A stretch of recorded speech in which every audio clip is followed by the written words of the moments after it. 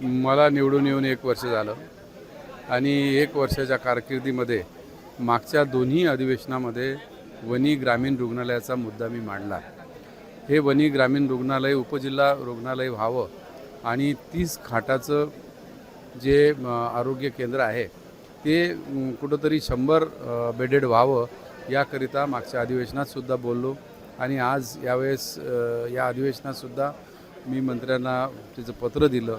आणि कारण आमच्या या वनी भागात कोळशाच्या खाणी आहे, त्या प्रदूषणामुळे रुग्ण जास्त आहे आणि वनीला लगत असं कोणतंच मोठं हॉस्पिटल नाही जेणेकरून रुग्णाला लवकरात लवकर ताबडतोब त्याला सेवा मिळू शकेल। त्याला एक तर यवतमाळला जावं लागतं, नाही तर नागपूरला जावं लागतं।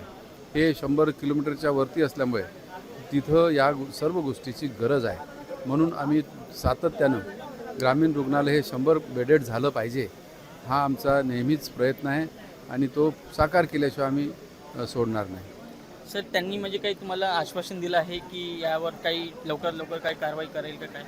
नाही, त्यांनी सांगितलं आहे की आम्ही कारवाई करू, परंतु अशी कारवाई करू म्हणणं हे गोष्ट वेगळी आहे, कारवाई झाली पाहिजे हा आमचा मुद्दा आहे।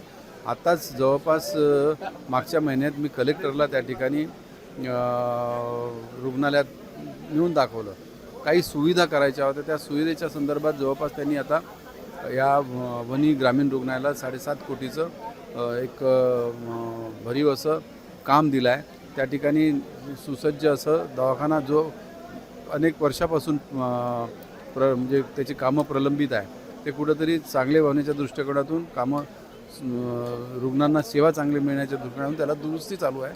दुरुस्तीसाठी त्यांनी पैसे दिले आहे, परंतु नवीन 100 बेडेड करण्यासाठी आज सरकारने मान्यता दिली पाहिजे आणि ती मान्यतेसाठी आम्ही सरकारला आणि मंत्र्याला प्रस्ताव दिला आहे।